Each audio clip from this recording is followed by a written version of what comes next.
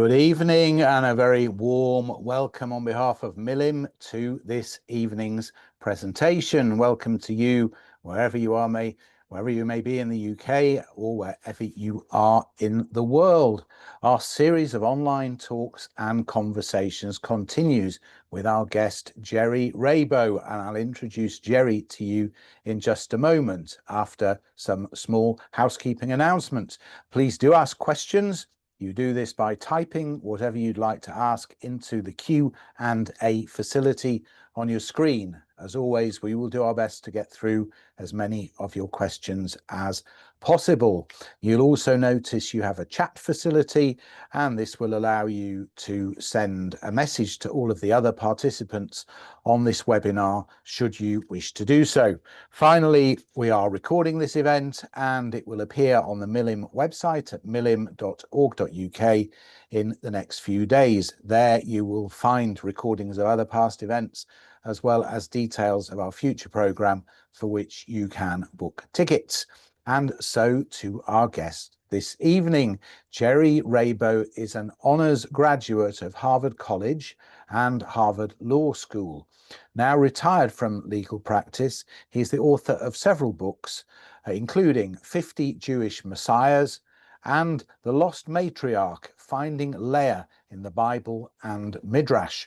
His latest book is this one, Henry VIII and His Rabbis, How the King Relied on Jewish Law to End His First Marriage and Why He Failed. Jerry joins us from Los Angeles. Jerry, a warm welcome to Milim. We're very excited to hear what you're going to say. So without further ado, over to you. Well, thank you very much, Jonathan. I'm really honored to accept your invitation to speak to this Milim webinar about my new book. As a matter of fact, England certainly has won this contest because the book has been released in England for several months, but the United States release begins the end of this month, July 29. This is not a general biography of Henry VIII. It focuses specifically on what Henry insisted on calling, at least at the beginning, the king's great matter. He thought that would buy him some confidentiality. Of course, it didn't work. It was a notorious activity and project, and it lasted for 6 years. And it was the focus of it was obtaining a Roman Catholic divorce from Henry's first wife, Catherine of Aragon, then Queen Catherine of Aragon, and moving on to marry Anne Boleyn as his second wife. So let me add some slides as we go through this.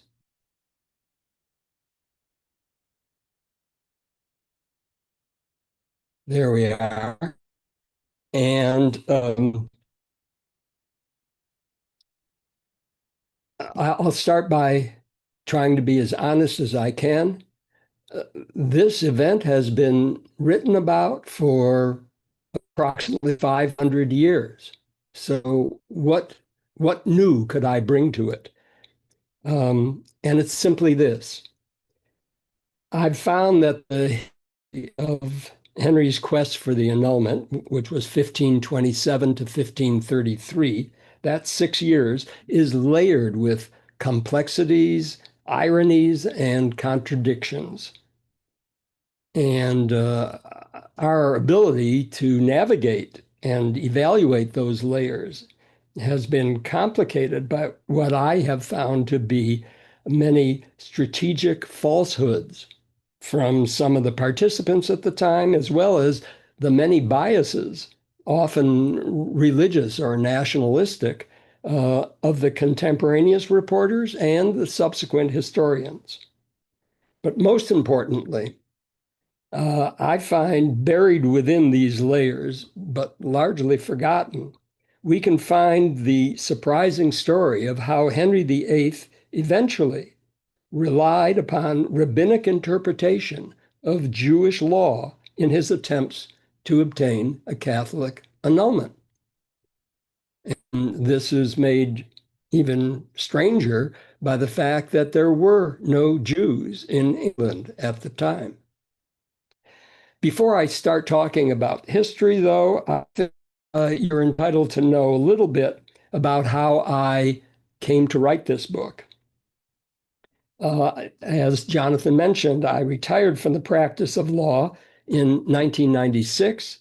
And that was a sort of promise to myself that I would retire early, before age 60, in order to explore the rest of what life has to offer, and especially trying to do something with my liberal arts undergraduate education. I turned, of course, first to reading, primarily nonfiction, and that led to writing.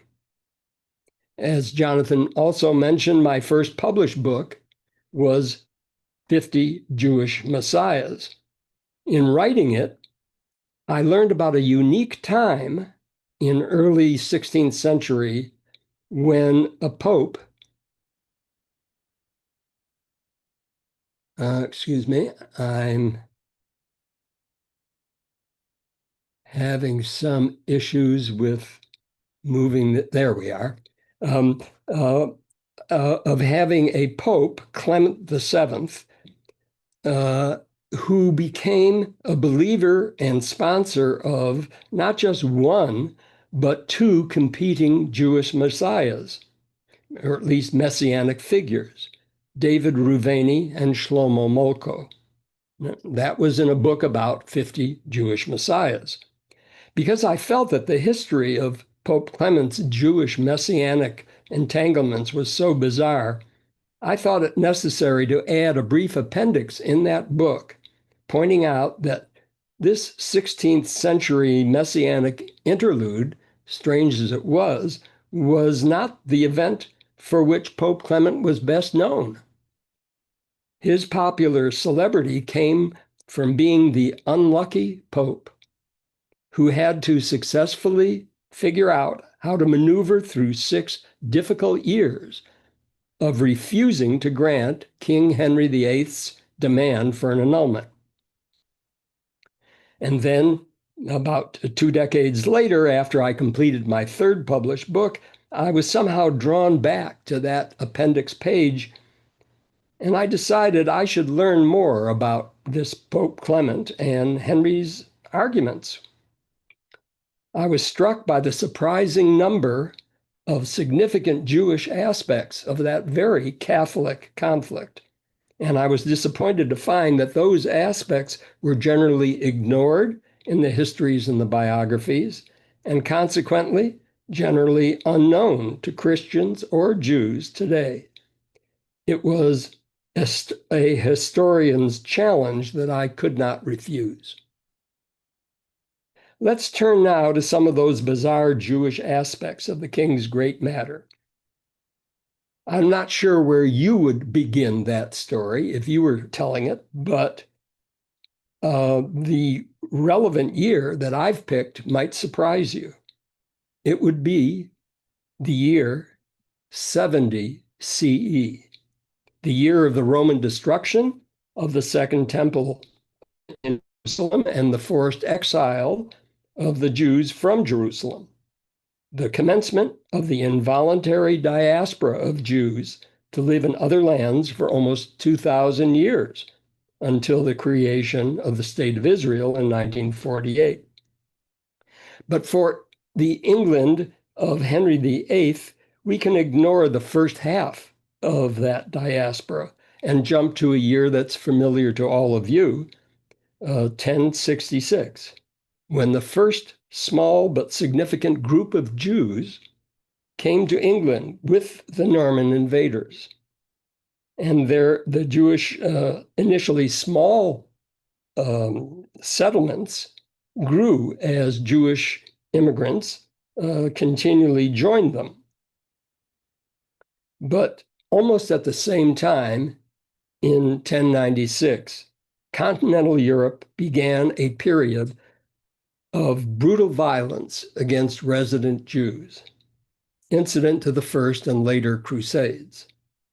This new phase of major anti-Semitism found expression, unfortunately, in worsening episodes in England until 1290, when Edward I banished all Jews from England. And that is the Henry VIII connection. That official banishment continued throughout and beyond not just Henry VIII's reign, but the entire Tudor dynasty era, ending only in the middle of Oliver Cromwell's Commonwealth period of 1653 to 1658. Now, the result of this banishment led to perhaps the first of many significant ironies in Henry's great matter. Henry and his clerical advisors began his quest for the annulment of his marriage to Catherine of Aragon with a variety of theories and arguments and strategies.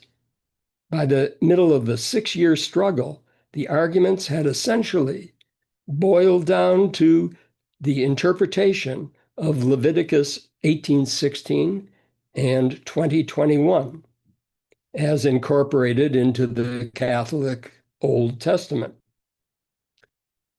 Catherine, as you probably know, had previously married Henry's older brother, Arthur, who died without children after only 5 months of marriage. Henry, therefore, based his argument for an annulment by asserting that the Leviticus prohibitions against marrying a brother's wife or widow made his subsequent marriage to Catherine invalid. Moreover, there was a premarital decree from Pope Julius II that purportedly authorized that marriage, but Henry argued it could not excuse a violation of absolute natural law. Unfortunately for Henry, there was another provision of the Hebrew Bible incorporated into the Catholic Old Testament. It was the levirate marriage provision or provisions of Deuteronomy 25, verses 5 to 10.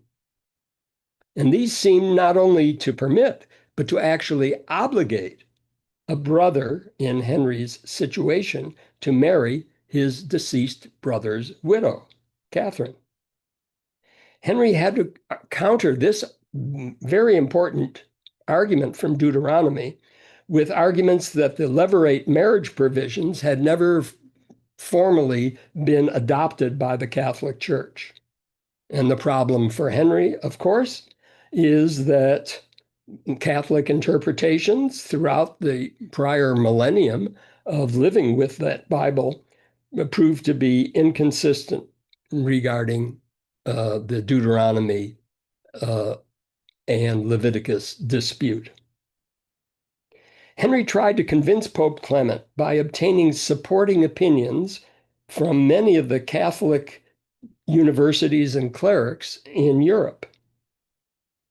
However, Clement knew that Henry's agents often obtained those opinions, which they submitted, through bribery and political pressure, and that the English submissions of contemporary authorities often misstated the contents of the opinions, or even failed to discuss any contrary opinions.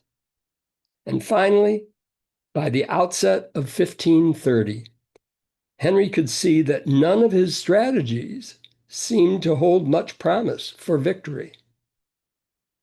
What to do if Catholic clerics' opinions would not move the Pope? So Henry ordered his agents in Italy to collect helpful rabbinic interpretations among the many Jewish communities in the Italian peninsula. If Catholic opinions hadn't convinced the Pope, Henry must have reasoned perhaps even older Jewish traditions and interpretations could lead to a Catholic annulment. How far did Henry go in this sort of bizarre attempt to rely on rabbinic interpretation of Jewish law to convince a pope that the Catholic Church should grant an annulment? Well, it took me, obviously, a whole book full of strange and ironic aspects to discuss this. So the best that I can do here today in this limited time is to just touch on a couple of markers of Henry's final strategy to end his marriage to Catherine. One such element that I found became for me the centerpiece example of Henry's desperation over the argument between Leviticus and Deuteronomy. It is almost a miracle that we can today read the original 500-year-old, beautifully calligraphed, ink on parchment Jewish law opinion solicited by the English from Rabbi Jacob Raphael of Modena in Italy in 1630. You should be proud, those of you who are watching this from the UK, you should be proud that this is one of the treasured documents in the British Museum Library. My only surprise was that I could find no available translations in the British Museum Library or anywhere else. And as you can see, the italic script, although quite beautiful, was very difficult to read.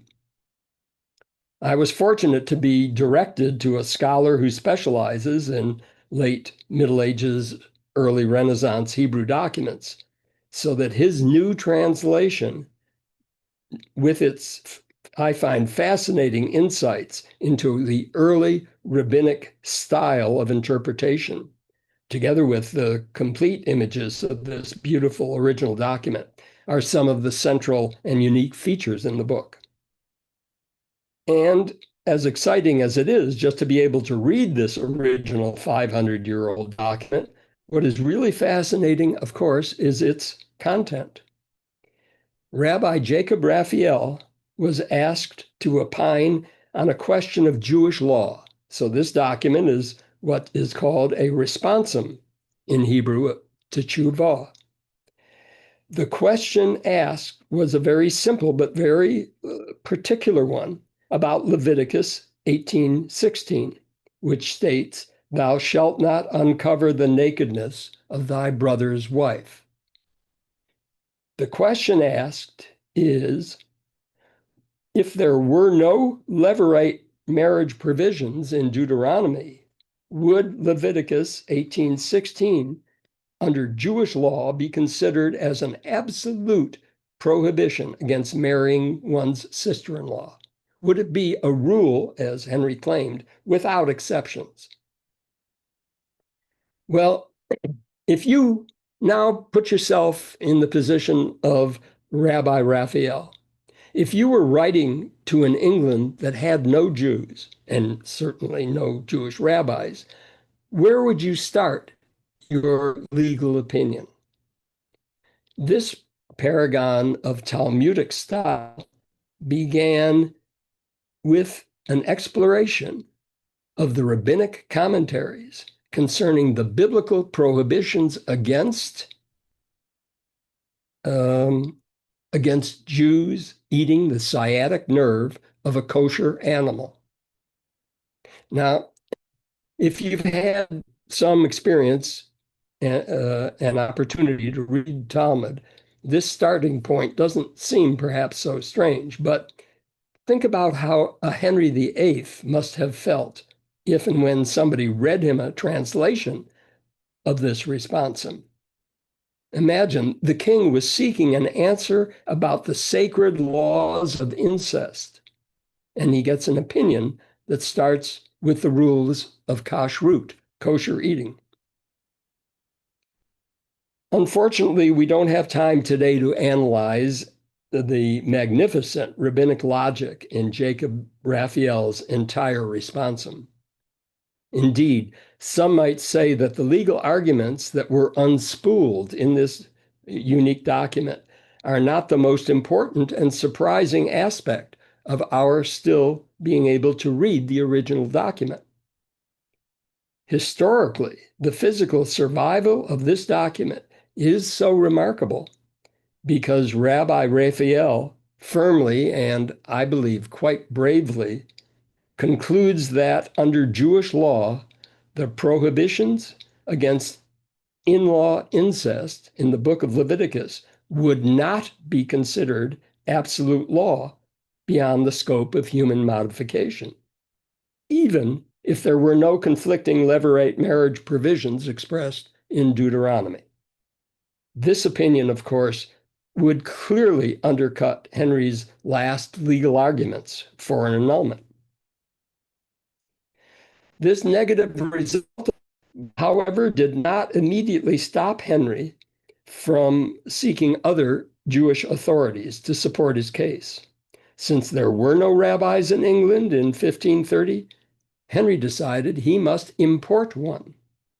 And, well, it was not an active rabbi, but a former rabbi who by then had converted to Catholicism. And this rabbi, named Mark Raphael, no relation, became for several years a member of Henry's royal court,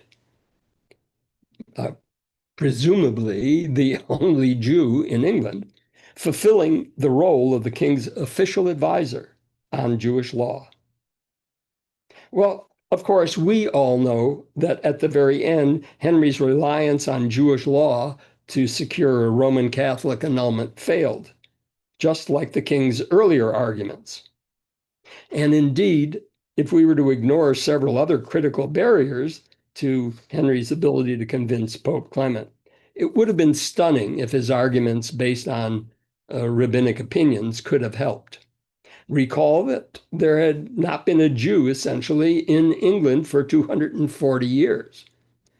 This meant that by 1530, England was roughly a century behind Italy and some other continental European areas in developing Christian Hebraists who would learn to read Hebrew and could therefore study, understand, and teach about Judaism, the Jewish community practices, and rabbinic interpretations of the Hebrew Bible. This isolation from Jewish learning had enormous consequences for the king's pursuit of an annulment. Henry and his clergymen lacked the ability to understand and evaluate either the substance or the form of administration of Jewish law and Jewish communal practices. The king and his supporters were, as a group, I think, functionally illiterate in Hebrew. And so they could not directly benefit even from the books of Talmud and rabbinic commentary, which were already available in Italy at that time, because those books were printed in Hebrew using Hebrew type fonts. The English seemed especially blind to the existence and the distinctions between the then contemporary Judaism's two major streams of law and custom. Ashkenazi Jews originating in Eastern Europe and Sephardi Jews originating in Spain and Portugal had different Jewish law that they followed and made no real efforts to harmonize with the other. Henry and his survivors, his supporters, did not appreciate that, unlike the Roman Catholic Church, diaspora Judaism totally lacked a single top-down authoritarian administration that had powers to promulgate rules that would bind all Jews everywhere. Instead, different groups of Jews in or from local communities revered and followed different authorities, and often conflicting authorities. Moreover, the English had no clue about the extent to which their contemporaneous Jewish opinions that they've obtained through in the great matter were not sincere arguments from theological differences, but they were they were echoes really of the enmity of Jewish followers of the rival 16th century figures of the Jewish messianic movements, David Reuveni and Shlomo Moltke. I mention these because these are the figures in whom Pope Clement was enthusiastic supporters of, and they were the ones who were responsible for getting me interested in this topic. There were at that time two major rabbis in the Italian peninsula, and those two were Rabbi Elijah Menachem Halfan, but he was the principal advocate for the messianic claims of Shlomo Moltke. And Halfan was in this bitterly opposed by Rabbi Jacob Mantino. And the resulting hostility between these two great rabbis carried over to their taking opposing views on Henry's right to an annulment. In short, nothing worked for Henry. At the end of 6 long years of frustration and delay, he could only obtain his annulment and go on to marry Anne Boleyn by removing England from the Roman Catholic Church and replacing the Pope with the king himself as the head of the church in England. The failure of Henry's ultimate attempt to turn to Jewish law and to Jewish interpretation in order to convince the Pope can therefore be directly traced back to a quarter of a millennium earlier, to Edward I's exclusion of Jews from England. But to really understand, we should ask, how was it not just that the Jewish arguments failed at the end, but how was it that Henry's entire enterprise of somehow obtaining a Roman Catholic annulment failed? It is surprising, that failure, because in the first place, Henry had more than ample motivation. He was infatuated with, at times besotted with, Anne Boleyn. Unfortunately for Henry, in my opinion, this was never a genuinely reciprocal romantic relationship. Like a consummate fisherman, Anne had the skill and patience to know just how to reel in her prey. From first selecting the right bait, which for her was the promise of full sexual intimacy, to setting her hook by saying to Henry, "No, Henry, not until I become your wife and queen," to letting the line play out while the poor fish struggled, which we all know only results in setting the hook deeper and tiring out the prey, to finally reeling him in with staged levels of increasing intimacy and semi-nudity until he practically jumped into the net. But Henry had a second motivation, which was deeply entangled with his first. It did not directly involve Anne Boleyn. Henry was the second Tudor monarch of England, but he did not want to be the last. When his older brother Arthur died, Henry was elevated from the spare to the heir.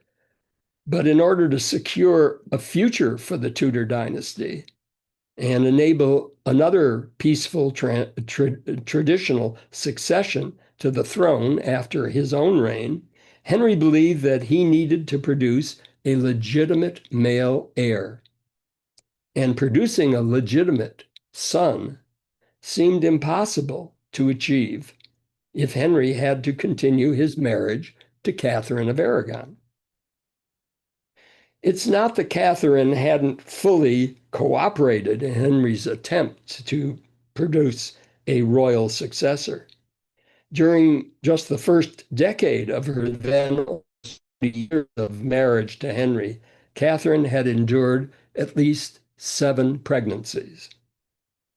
However, the longer surviving boy lived for only 52 days.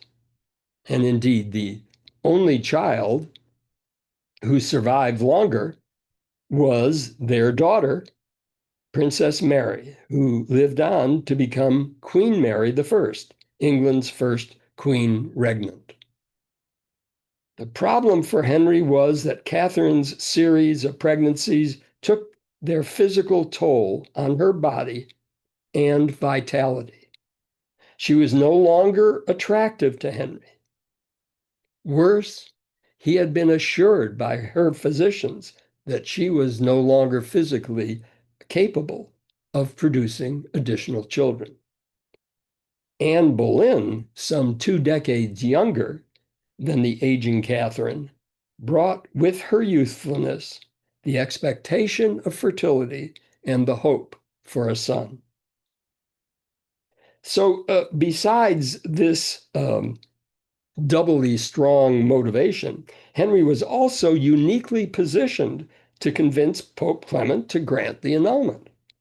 Henry was one of the most important monarchs in Catholic Europe, and he was a sincere and observant Catholic. Although England had begun to hear from its religious liberals who wanted to modernize Catholicism, or even to develop some sort of English reformation of state religion in the matter of Lutheranism or the broader Protestant Reformation, England continued at that time to be a Catholic nation. And so here is another irony, quite huge, even for Tudor history, which is littered with delicious ironies and complex contradictions.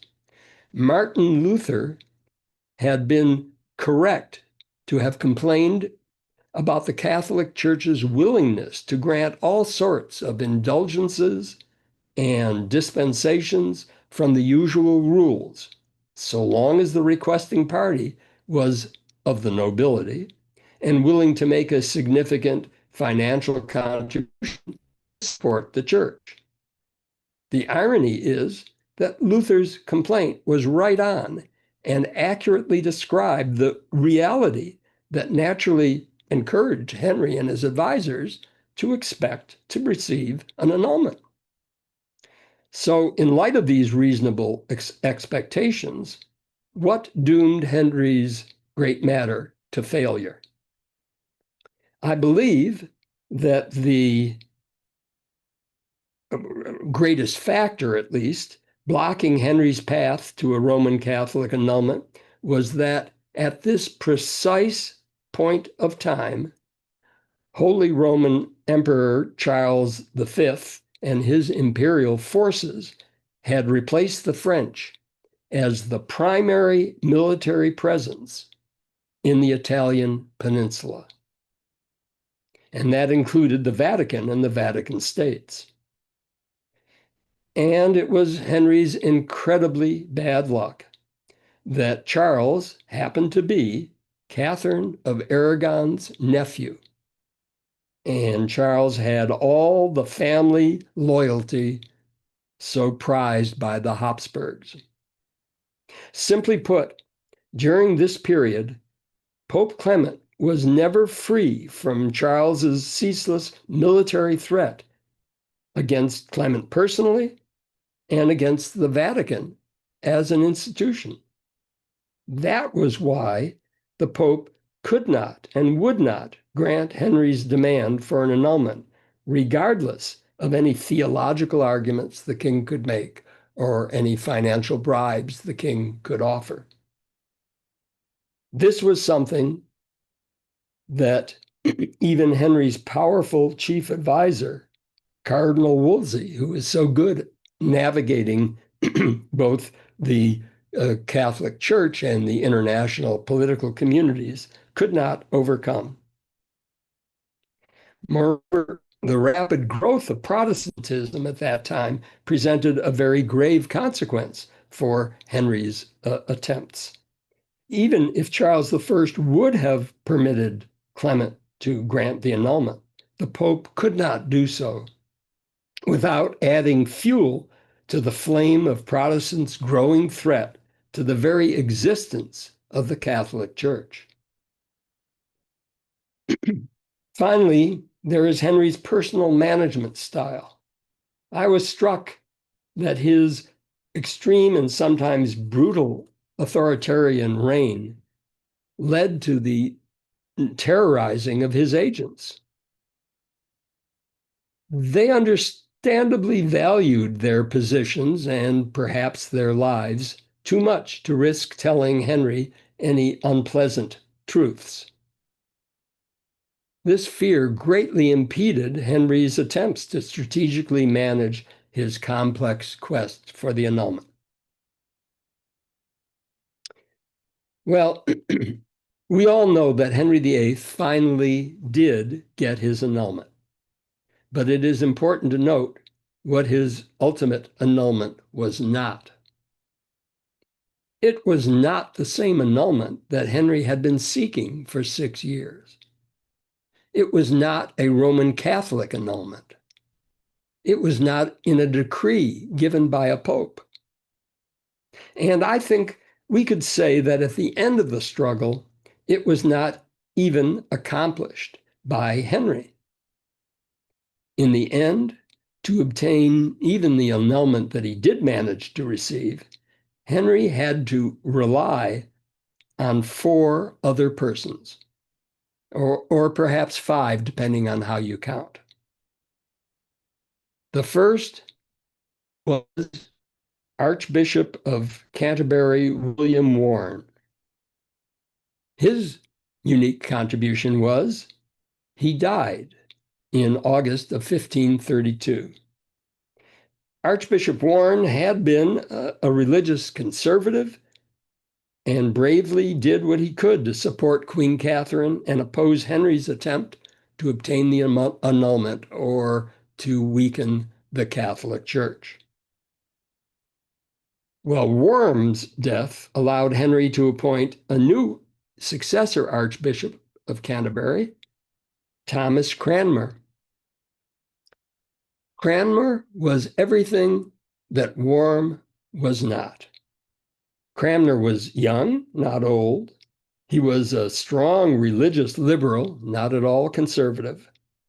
But most importantly, Cranmer immediately demonstrated that his primary personal loyalty was not to the Roman Catholic Church. It was not to Pope Clement. Indeed, it was only to his king, Henry. The third person whose presence enabled Henry to finally secure the annulment was Thomas Cromwell. After the death of Cardinal Wolsey, Cromwell gradually succeeded him to become Henry's chief advisor. And Cromwell brought a masterful ability to control Parliament in a manner that would centralize political and religious power in Henry, which is just what Henry needed. And finally, of course, there was Anne Boleyn. Her family were religious liberals.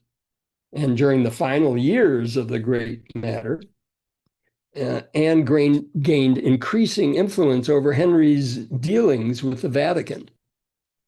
She also continued to use the promise of sex to motivate Henry to somehow free himself from Catherine and make Anne his wife and queen.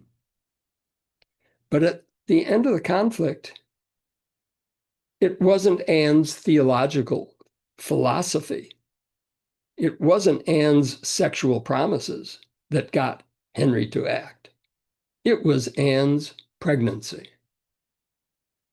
At or around the turn of the year, 1532 to 1533, Henry wanted Anne, but he also wanted their coming child, if male, to be accepted by his nation as legitimate and the clear successor to the throne after Henry's death.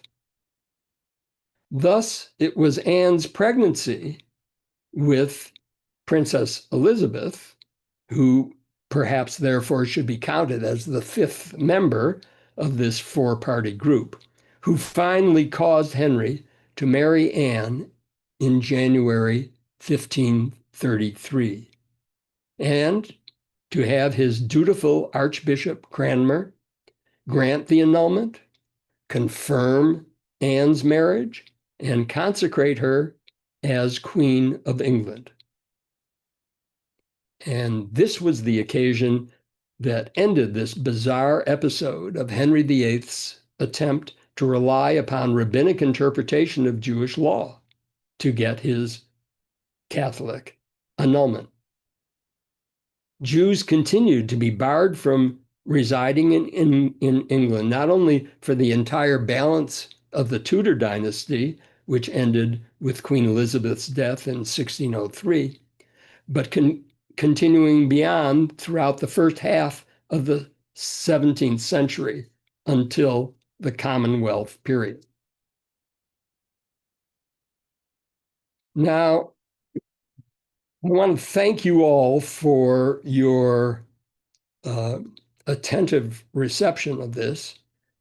I hope that you can appreciate that in the limited time that we have here, I had no opportunity to mention, much less explain, the multitude of other fascinating characters and strange developments that I detailed in Henry VIII and His Rabbis.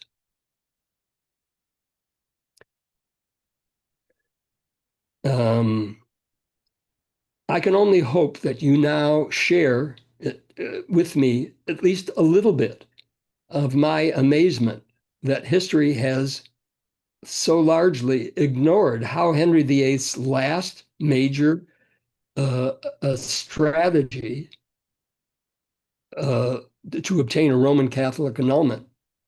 It failed, but it was his attempt to rely upon rabbinic interpretations of Jewish law and Jewish customs.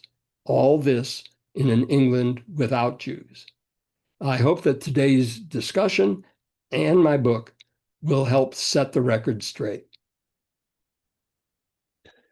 Jerry, thank you so much. That really was a fascinating overview, but there's loads more in here, and it's really worth a look. It's a fascinating read, even if you're familiar with the story. But tell me, the rabbis disagreed, but have you revisited this with any contemporary religious authorities? Have you asked any rabbis yourself what their view would be? Well, that's an interesting question. I did not, not because that would not have been a good idea, and I did consider it, but there were other things that of today's world that perhaps if you listen fully and read fully to the book, you understand that there are unfortunately similarities to some of the aspects of the world that we're living in now. And I decided that I was going to do a total retrospective view and not update it with contemporary view, because then I would be inconsistent with my refusing to make this a somehow coded commentary on current events. But I will say this, Jonathan, I urge everybody to read the new translation of Rabbi Jacob Raphael's responsum that is in the book, because he actually takes a position of Nachmanides that says that the Deuteronomy provisions, which seem to be inconsistent with the Leviticus prohibitions against in-law marriage here, that those customs came, they did come as a commandment at Sinai, but they also, even without that commandment, they would also correctly reflect the styles and traditions of the populations that the Jews of the very early times lived. So, so this is something that was accurate at the time, and has resulted in huge commentary in Talmud, which does not always resolve things. And but the short answer, if I'm capable of giving short answers, is that that no, I did not go to any rabbis and say, "How would you rule if you were living 500 years ago?" It did seem a rather stretched argument he was trying to prove, but then who knows? It's Yeah, Talmudic logic. yeah, yeah. Exactly. So Selma Avot is saying, can you show the translated page by the Italian rabbi? You didn't. You showed the page in the original script, the original right? script, yeah. Yeah. So if she wants the translation, she'll have to buy the book. Well, actually, I shouldn't be saying this. Don't tell the publisher. But I made an agreement of appreciation, really, to the British Museum Library. They were so cooperative and allowed me to use the images, which I was struck with, of this beautiful 3-page, well, 2 in the original, but 3 pages in the book, hand calligraphed opinion. That if they would allow me to use that, I would allow them to use in any way they wished the new translation that I had obtained. And so I think it's probably, if that's the only thing somebody wants to look at, I think they can get it obviously from the book, but if not, they can get it from the British Library. Oh, interesting. Now, Suzanne Korn asks, what was in it for the rabbis to engage in conversation as the Jews weren't allowed in England? I think that the rabbis and the ones that were consulted were in Italy, which had this many, this was not the state of Italy yet, but it had many city-states, and many important cities had major Jewish populations. And then there were some rabbinic academies in Italy at the time. I think this was, I don't think this was a political move for most of the rabbis involved. I think the most vocal ones, yes, I think that Menachem Halfan took a minority view very strongly because he wanted to do the opposite of what Rabbi Joseph Mantino said. So I think there was that distortion of views, but I think by and large the rabbis and there, and obviously there aren't I don't even have names of some of the rabbis that obviously contributed one way or another on one side or another. I think the rabbis were probably pushed by rabbinic training to follow the argument and try and interpret correctly. Mm. I'm interested in this rabbi who converts to Catholicism. That's almost unbelievable. What do we know about this character? He was. I did not try to emphasize his shortcomings, but I did mention them in the book. He was an opportunist. Um, he he was sought out, and did in fact make some money in coming up because the British paid for all their opinions. They paid Catholic priests. They paid uh, Jewish rabbis. They'd pay anybody. Henry has this wonderful quote. That is, he was quoted on behalf of one of his principal agents, who was saying to all these sub-agents supposedly collecting opinions from experts to support the king. And they are reminded in this wonderful brief note that the king is not interested in the best opinions. He's interested in getting all the opinions, meaning all the favorable opinions. They don't have to be reasoned. They don't have to be sensible. They don't have to be anything.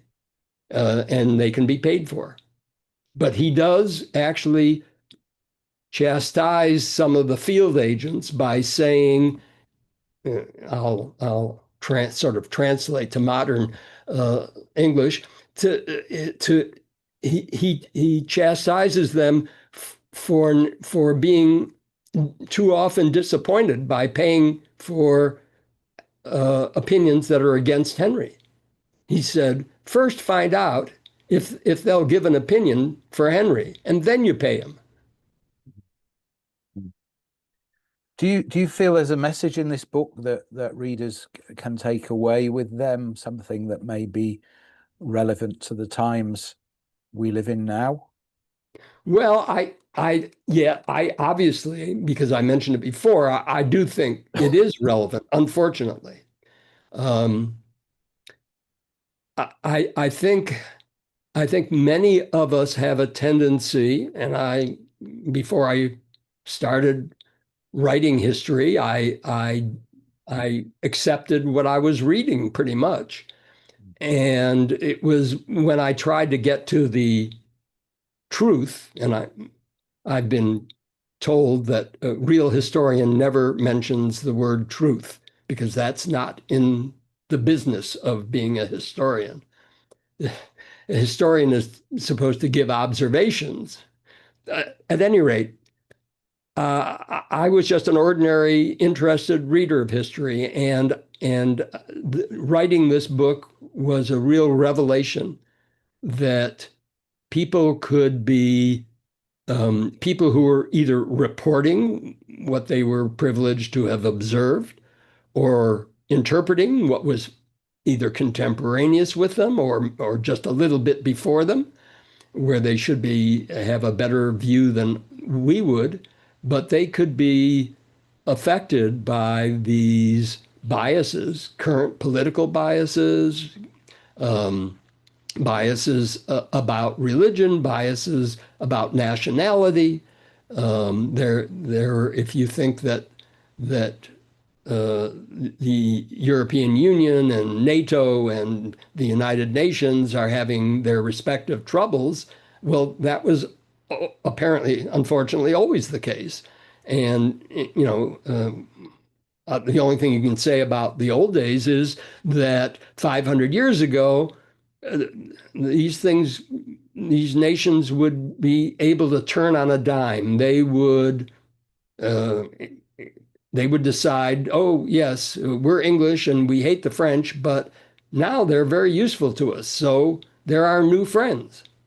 And so you learn the degradation of statesmanship and international values.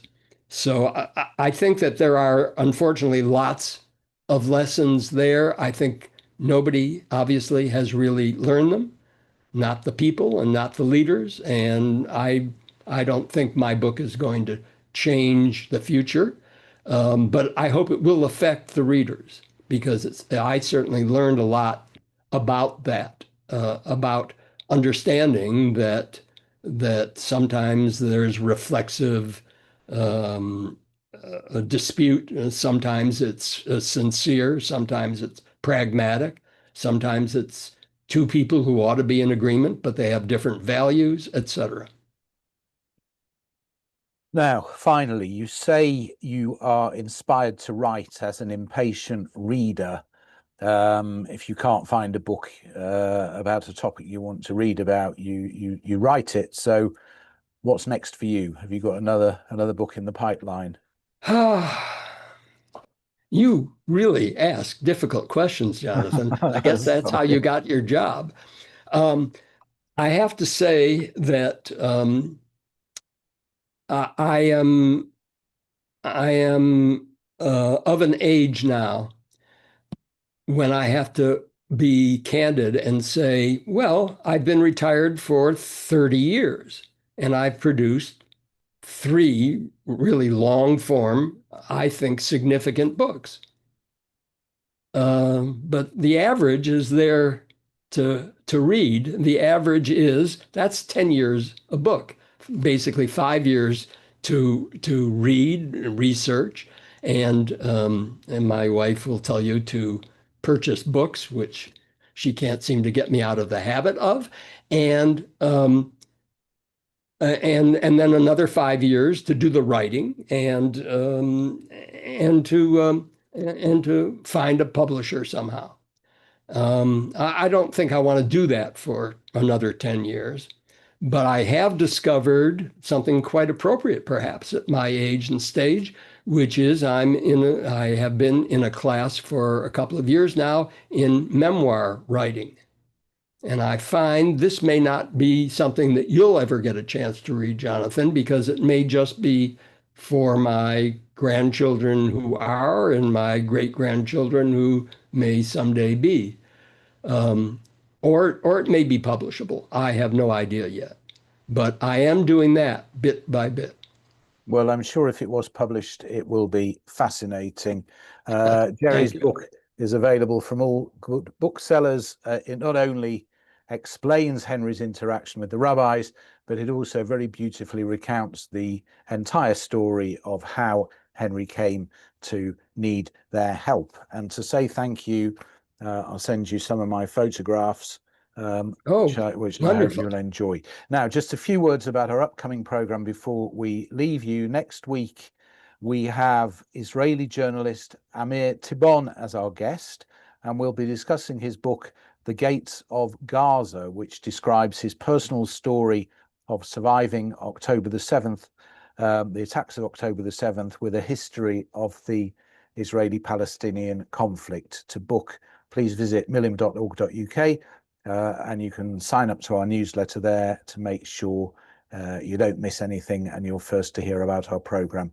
All the online events we run are free, but you can, if you wish, make a donation. There's a link in the chat, and also you'll find it on our website. So it remains for me to thank our guest, Jerry Rabow, once again. Thank you so much, Jerry. That's been fascinating. Thank you for having me, Jonathan. A pleasure. And I'm looking forward to seeing you all again next time. Until then, stay safe. See you soon.